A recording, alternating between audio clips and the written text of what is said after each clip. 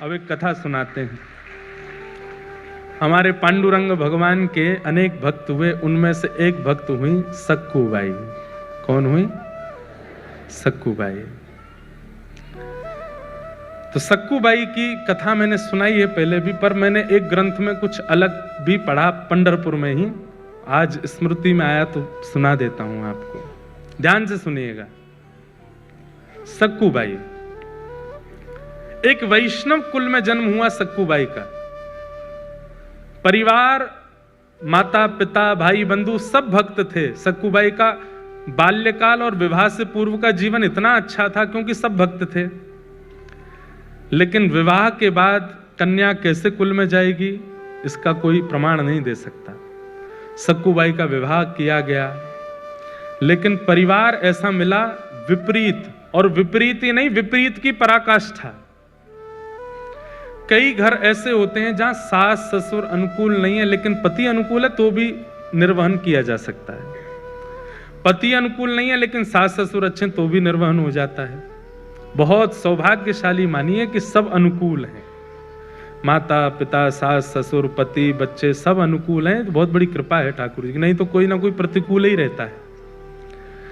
तो सक्कूबाई का तो ऐसा जीवन, ससुर जी भी प्रतिकूल, सासू मां भी प्रतिकूल, देवर ननद भी प्रतिकूल, और अंत तो गत्वा पति भी प्रतिकूल।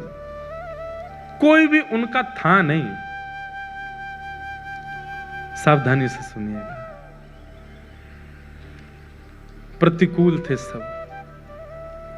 सक्कूबाई घर में आई हैं, ब्याह करके आई। ब्याह करके आते ही पहले दूसरे दिन से ही सास ने डांटना, गाली देना, बुरी तरीके से बात करना, बेवजह बिना किसी अपराध के सक्कूबाई को कष्ट देना प्रारंभ कर दिया। परंतु सक्कूबाई ने विचार किया कि अब ये मेरा परिवार है, अब जैसा भी है मुझे स्वीकार तो करना है। सक्कूबाई निर्वहन कर रही थी वहां पर। एक दिन सक्कूबाई अपने भवन से बाहर जल भरने के लिए सरोवर के पास गई।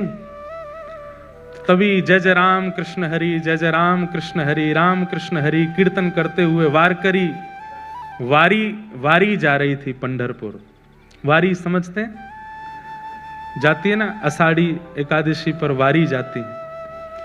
मुंबई से भी बहुत वैष्णव वारकरी वैष्णव जाते हैं। क्या अद्भुत नजारा होता है पंढरपुर के मार्गों का, जगह जगह से वारी आती है। एक बात तो माननी पड़ेगी, भारत में सब जगह भक्त हैं, पर महाराष्ट्र जैसे नहीं है। महाराष्ट्र अद्भुत है। माझे माहेर पंढरी, आहे भीवरे चातेरी, माझी बहन चंद्रभागा, माझी बहन चंद्रभागा, करत से पाप भंग, करत से पाप भंग, करत से पाप भंग, हो माझे माहिर पंढरी, आहे भीवरे चातेरी,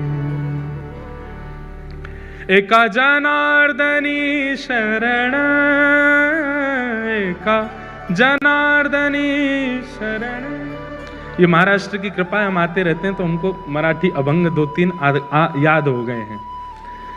थोड़े थोड़े आते हैं, पहले तो गलती भी होती थी, अब वो भी नहीं होती, अब तो ऐसे याद हो गए हैं, गा देते हैं। तो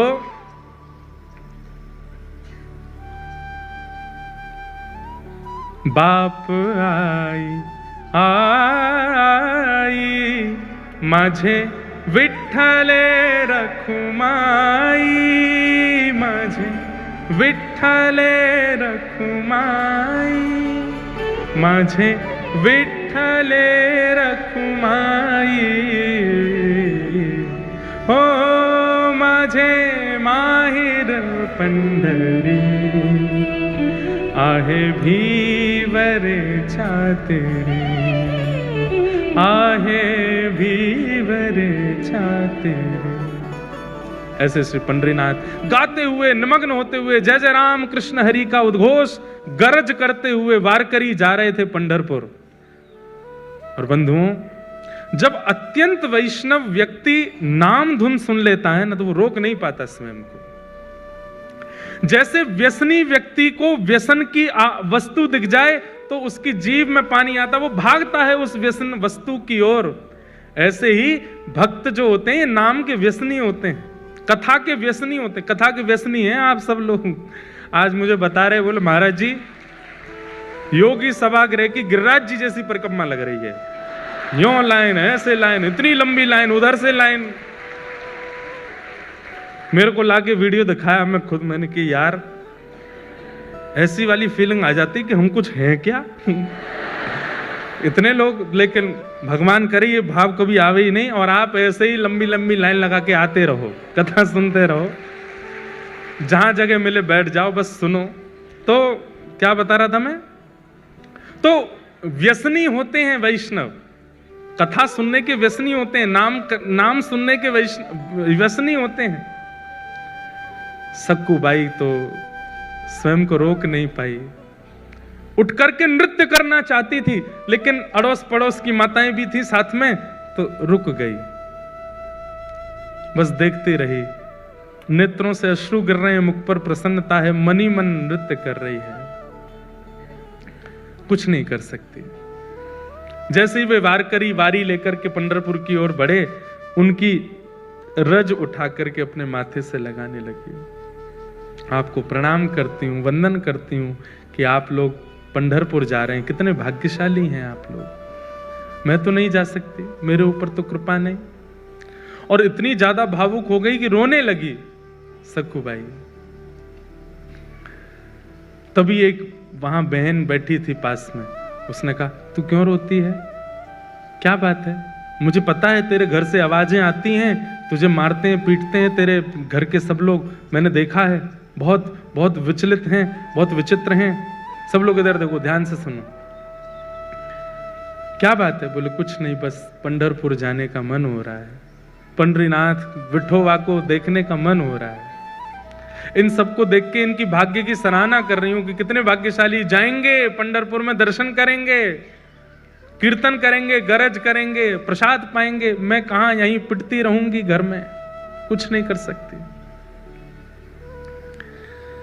लेकिन ठीक है, मेरा भाग्य ऐसा, मेरा शायद विठोबा ने इसी में मेरा सुख सोचा होगा, नहीं जाऊंगी। तो बोले तू एक काम करना। बोले क्या? तू चली जा, एक बार चली जा यहां से, फिर लौट करके मत आना, वो विठोबा तुझे संभाल लेंगे, तेरी रक्षा कर लेंगे।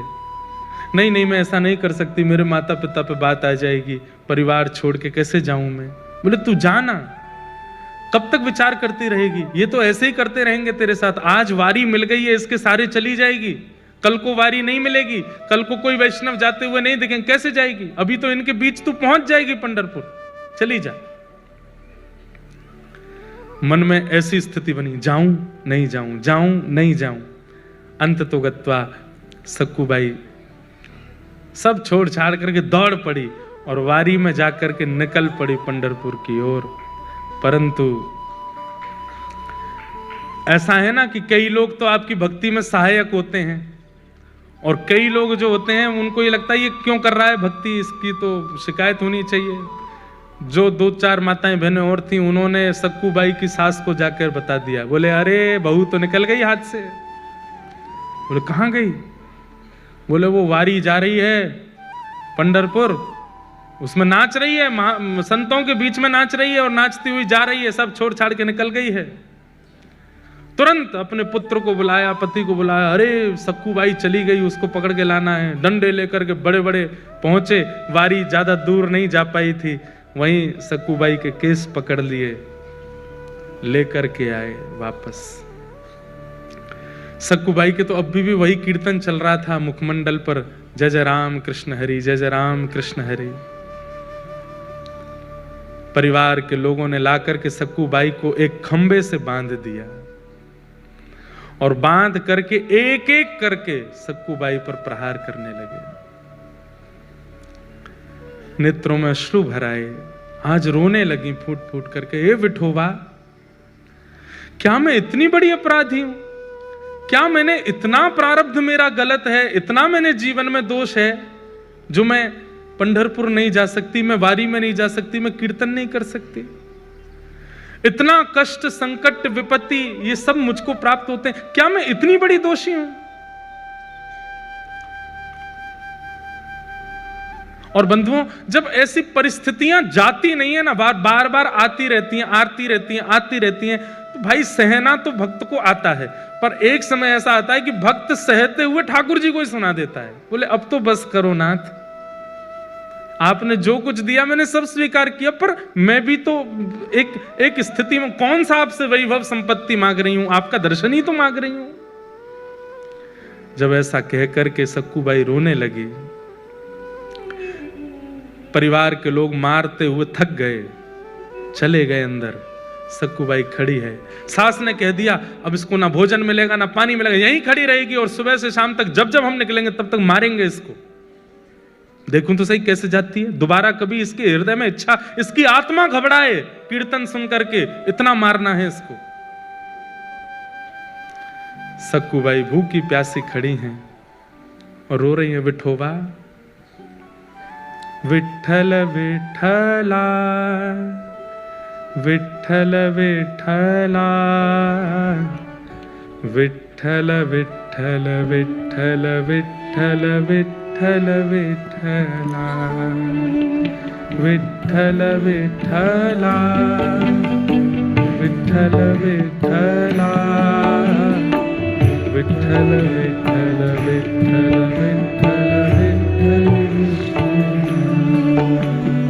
विठ्ठल विठ्ठला, विठ्ठल विठ्ठला, विठ्ठल विठ्ठल विठ्ठल विठ्ठल विठ्ठल विठ्ठला। गाइए।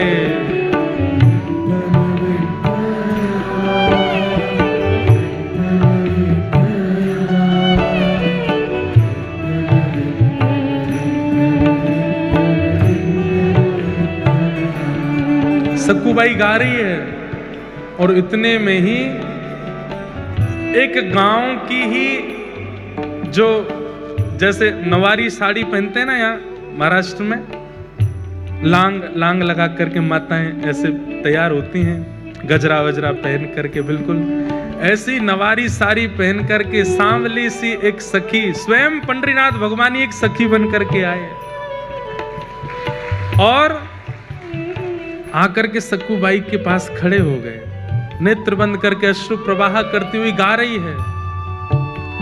तभी आकर के जैसे ही पंडरीनाथ भगवान ने स्पर्श किया, एक सखी के रूप में आए थे, नेत्र खुले, नेत्र खोल करके देखा, अरे क्यों रोती है, क्या बात है? पंढरपुर जाना है, पंडरीनाथ को देखना है, बस वही इच्छा है। तुरंत रस्सी खोलने लगे ठाकुर जी, बोले मत करो, मेरी सास बहुत मारेगी।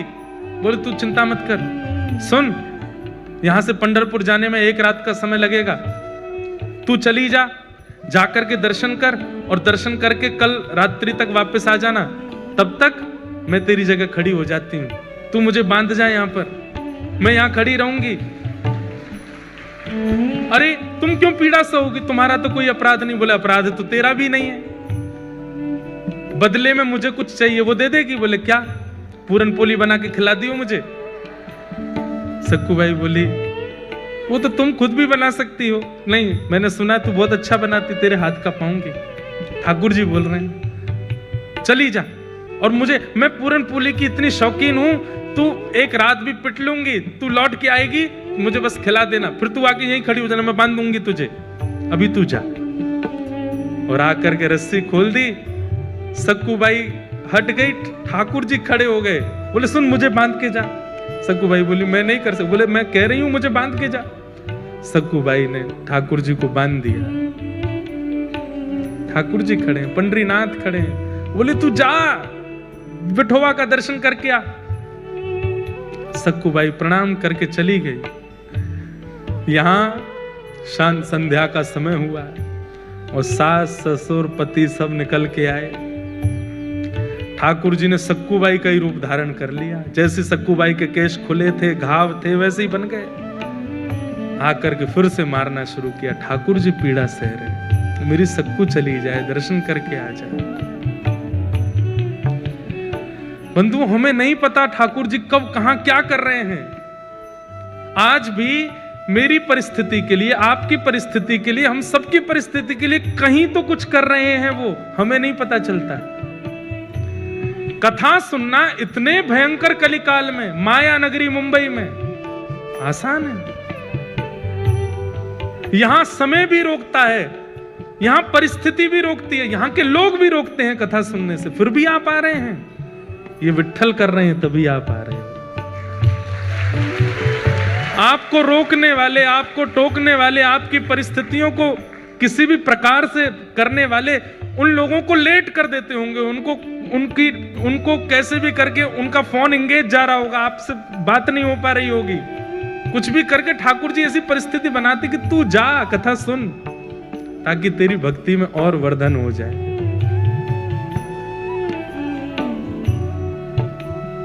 पति मार रहा है, सास ससुर मार रहे हैं, ठाकुर जी पिट रहे हैं खड़े होकर के।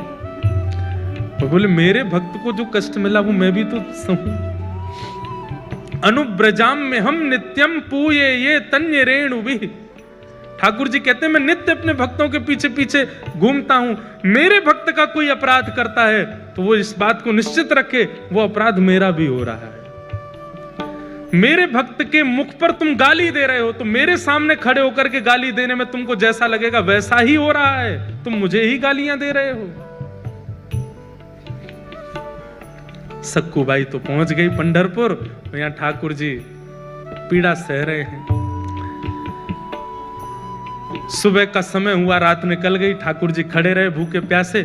पति आता था रोज, रस्सी देखने के लिए ढीली तो नहीं हो गई, और जैसे ही सक्कूबाई की रस्सी पेट के पास से पकड़ करके देखी ढीली तो नहीं है, जैसे ही हाथ लगाया तो ठाकुर जी के अंग का स्पर्श जैसे ही पति को हुआ, उसके चित्त में दया का संचार होने लगा, दया की भावना आने लगी। बंधुओं, जब कभी भी इस संसार में दुनिया निर्दयी हो गई हो लेकिन आपके चित्त में तब भी दया आई हो, तो ये बात याद रखना, ठाकुर जी ने छुआ है आपको, इसीलिए दया आ रही है, इसीलिए प्रेम आ रहा है। ये दया की भावना, ये प्रेम की भावना, ये सरल स्वभावना, ये आपका नहीं है। आप सब तो राक्षस हैं। हमारे अंदर ये सहज स्वभाव का प्रादुर्भाव ठाकुर जी के स्पर्श से होता है।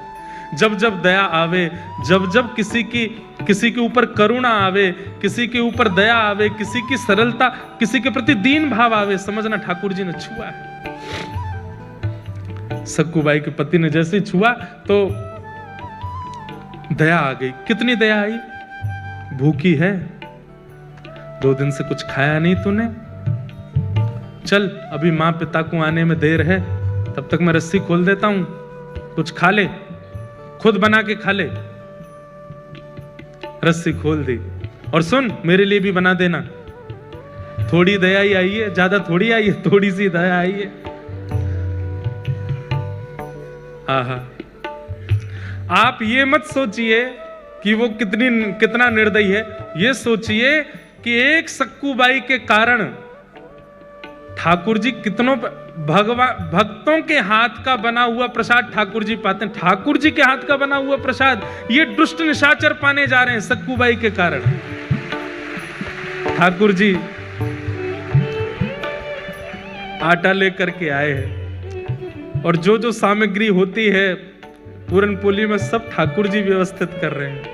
अपने हाथ से आटा मार रहे हैं, उसके अंदर वो जो मीठा मीठा सामग्री होते है उसको धर रहे हैं, बेल रहे हैं अपने हाथ से, कोमल हाथों से। ठाकुर जी ऊपर वैकुंठ में बैठी लक्ष्मी रो रही है ठाकुर जी को देख के। ये कैसा सौभाग्य, एक भक्त के लिए ठाकुर जी कितना करते हैं। अभी बंधुओं जनाबाई का प्रसंग नहीं आया, नहीं तो नेत्रों के अश्रु रुकेंगे नहीं। ये पंडरीनाथ भगवान की ऐसी ऐसी लीलाएं हैं कि मैं क्या सुनाऊं आपको। अपने हाथ से पूरन पोली बना रहे हैं, और कहां परमात्मा सबसे पहले आरोगते हैं, लेकिन आज भक्त के परिवारियों को पवा रहे हैं, उसके पति को पवा रहे हैं, उसकी माता बहन को पवा रहे हैं, उसके सास ससुर को पवा रहे हैं। उसके बाद पति कहता है तू भी पाले। अंत में ठाकुर जी स्वयं पार, आधा कोर पाया, पूरा पा भी नहीं पाए। किसी ने पूछा ठाकुर जी आप क्यों नहीं पा रहे हो? अपने हाथ का बनाया आज तक नहीं पाया, सदा भक्तों के हाथ का ही पाया है, स्वाद नहीं आ रहा है।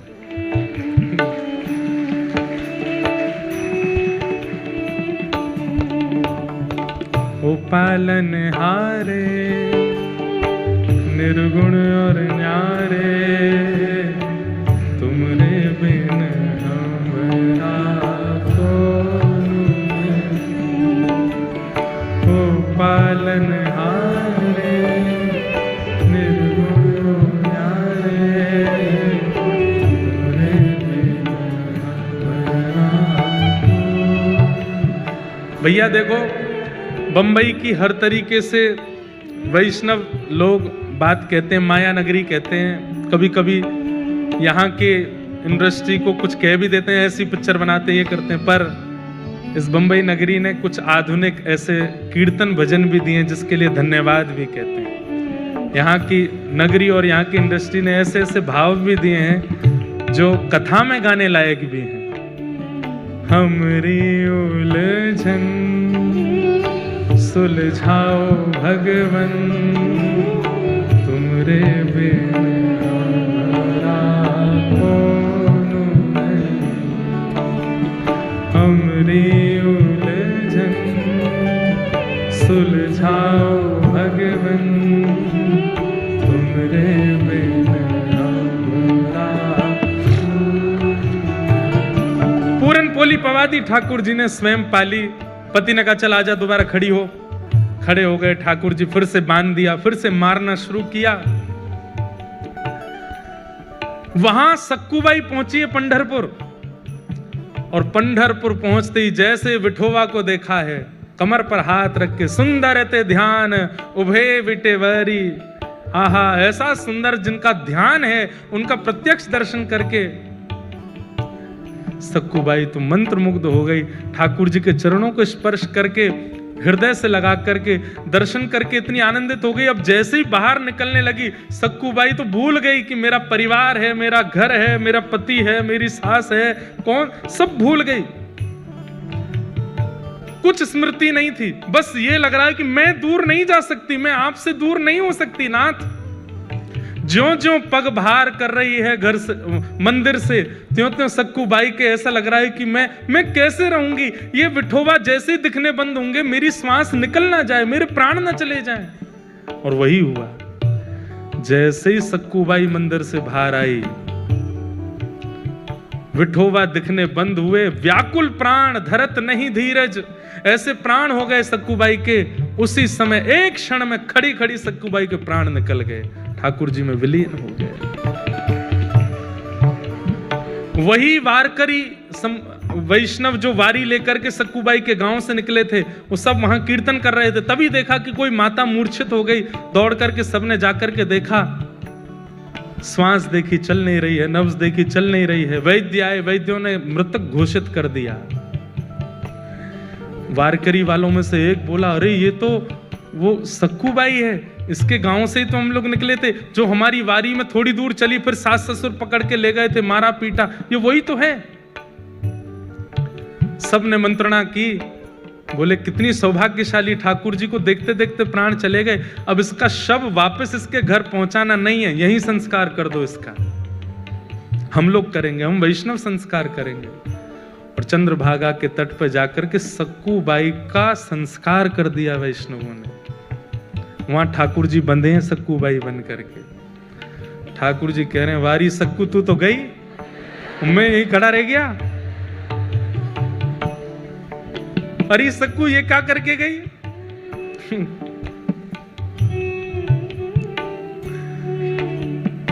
तब रुक्मणी जी को चिंता हुई कि सक्कू तो वैकुंठ पहुंच गई, ठाकुर जी में सक्कू बने खड़े हैं।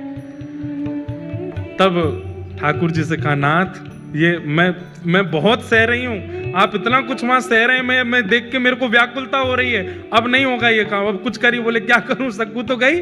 मेरे को यहाँ रहना ही पड़ेगा। बोले नहीं नहीं नहीं, कुछ तो करो। तो ठाकुर जी गए पंडरीनाथ भगवान चंद्रभागा जी के तट पर, और सक्कूबाई की चिता की जो राख थी, उस राख से सक्कूबाई का स्वरूप बना करके पुनः उनको जीवित कर दिया, और जीवित करके कहा, अरे सक्कू, बोली मुझे क्यों आपने वापस इस संसार में बुला लिया?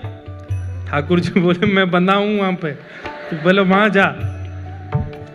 नाथ उस नरक में मैं कैसे जाऊं? बोले कुछ नहीं, इतने दिन मेरा संग किया, मेरे हाथ की बनी पूरन पोली खाई है उन्होंने, अब मेरा तो वहां पर पदार्पण हो चुका है, मेरे हाथ में मुझे जो करना था कर लिया। अब तेरे चरण दोबारा जब वहां पड़ेंगे, अब तू परम भक्ता हो गई है, तेरे चरण पड़ते ही वो शुद्ध हो जाएंगे, अब तू वापस जा। और वापस जाकर के वहां पर व्यवस्थित हो। सक्कूबाई अर्धरात्रि के समय पहुंची, ठाकुर जी में सक्कूबाई बने खड़े थे, उनको मुक्त किया। मुक्त करके ठाकुर जी तो अंतर ध्यान हो गए, कृपा करके सक्कूबाई वहां आकर के खड़ी हो गई। आज सुबह उठते ही पता नहीं क्या सास ने रात में स्वप्न में कुछ देखा, पति को कुछ हुआ, सब ने आकर के सक्कूबाई को खोल दिया। वो तो सक्कूबाई तो ठाकुर जी तो जा चुके, सक्कूबाई आ गई। सबने कहा सक्कू, अब हमें लगता हमने तुझे बहुत पीड़ा दी, बहुत तुझ पर अत्याचार किया, अब तू हमारी है, तू हमारे साथ प्रेम से रह। लेकिन अभी भी थोड़ा रोष और क्रोध तो उनके मन में था ही, तो थोड़ा इतनी ज्यादा दयावंत तो हुए नहीं। लेकिन अब घटना क्या घटी, वो जो वारकरी वैष्णव जिन्होंने संस्कार किया था सक्कूबाई का, तो सक्कूबाई के वस्त्र और आभूषण वो लेकर के बोले वो घर पे दे चलते हैं, और थोड़ी सी अस्थियां भी ले ली थी। बोले उसको पति को कह देंगे नदी में बहा देना। यहां सक्कूबाई झाड़ू लगा रही थी घर में। जैसे ही वो वारकरी वैष्णव आए, घर में प्रवेश करती पहला तो मूर्छित ही हो गया। दूसरा बोला क्या हुआ क्या हुआ? बोले देख भूत। भीतर देखा तो सक्कूबाई झाड़ू लगा रही है। इतने में सास ससुर सब आए, बोले अरे इतने सारे ये वारकरी यहां कैसे? बोले हमें समझ नहीं आ रहा है ये हुआ क्या है। बोले क्यों? तो वस्त्र दिखाए तो सक्कू के वस्त्र, वही वस्त्र वही आभूषण वो जो पहनती थी वो सब कुछ था। और बोले ये क्या है? बोले मटके में अस्थियां हैं। बोले किसकी? बोले इनकी। सब अस्त व्यस्त हो गए। तो फिर सक्कूबाई ने पूरी कहानी बताई। बोले कि मैं तो यहाँ थी नहीं, मैं तो पंढरपुर में थी, ठाकुर जी का दर्शन करने के लिए गई थी, वहीं मेरे प्राण चले गए, तो आप सबने मेरा संस्कार कर दिया, तो फिर तुम दोबारा जीवित कैसे हुई? बोले कि मैं गई पंढरपुर और मेरे पीछे से पूछो ये लोग क्या कर रहे थे। बोले आप लोग क्या? बोले हम तो सक्कू को रोज मारते थे, उससे पूरन पोली बनवाते थे। बोले सक्कू तो पंढरपुर में थी, तो यहाँ किसको मार रहे थे? तब सक्कूबाई के नेत्र सजल हो गए। बोले पंडरीनाथ खड़े थे यहाँ पर, वही कर रहे थे सब। ये सुनते ही परिवार के लोग तो घुटनों पर बैठ गए, रोने लगे। बोले हमने ठाकुर जी को मारा, हमने ठाकुर जी से पूरन पोली बनवाई, हमने ठाकुर जी से सेवा करवाई। सब देख करके आश्चर्यचकित हो गए। बोले अब क्या करें? बोले बस अब सब छोड़ो, जिन्होंने हमारे लिए इतना कुछ किया, अब उन्हीं के नगर में चलो। और सब छोड़ करके श्री सक्कूबाई अपने पूरे परिवार के सहित पंढरपुर चली गई और श्री पंडरीनाथ भगवान के चरणों में विराजमान होकर के अपना शेष जीवन वहीं व्यतीत कर दिया।